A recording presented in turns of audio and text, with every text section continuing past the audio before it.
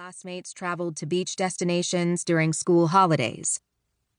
When I finally began traveling to beach destinations regularly, as a concession to a relationship with a surfer, I came to the culture as an outsider. By this time, I was publishing travel journalism, which familiarized me with the always sunny disposition required of destination coverage. After so many hours spent endorsing places as a default position, I knew I wanted to look at them through a more critical lens. This aligned with my tendency to approach my beach breaks analytically and anthropologically.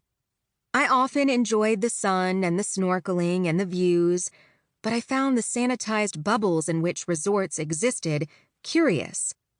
Their common culture, so widely treasured, necessitated further examination. To be honest, beach resorts weirded me out a little. Their insistence on indolence and on forgetting the world outside, both the one back home and the one immediately beyond the property.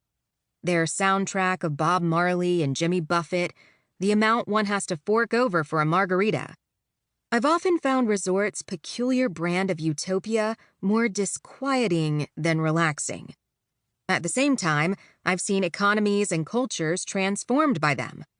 Sometimes for better, and sometimes for worse, but always in ways that seem coated with ambivalence.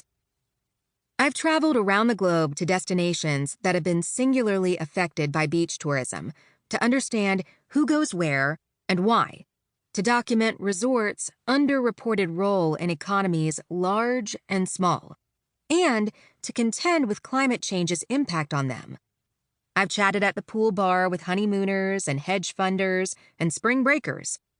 I visited once remote villages that had been altered completely by the arrival of a resort.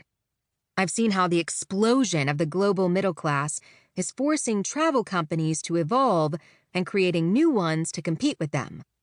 I've seen prominent resort areas going to great lengths to preserve the eroding shorelines that buttress their prosperity, even as their behavior contributes to an unsustainable carbon footprint via air conditioning, excessive water consumption, golf courses, coral reef damage, and persistent emissions generated by importing food and drink to remote locations.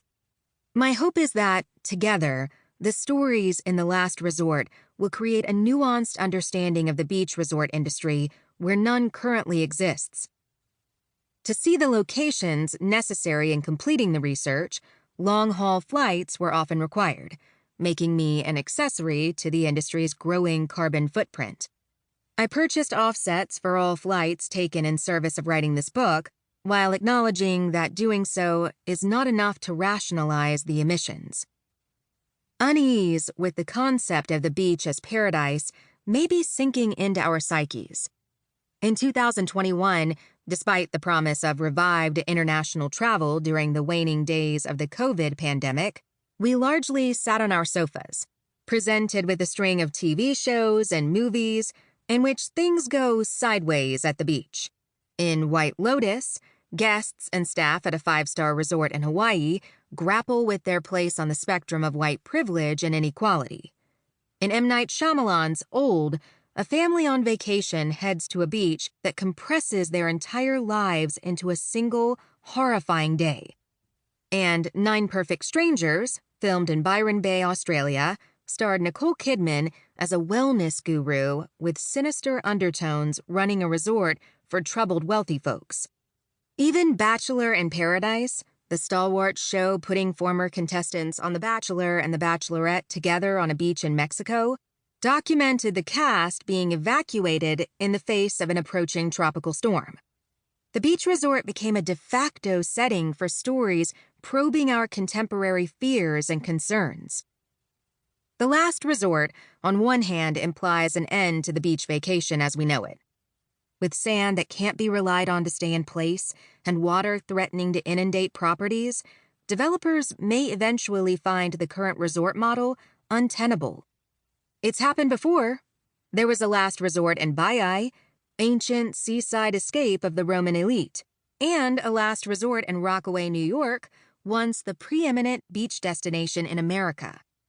On the other hand, we are unlikely to see the... To keep listening to this audiobook, I've left you a link in the description so you can do it, at no cost thanks to Audible's 30-day free trial.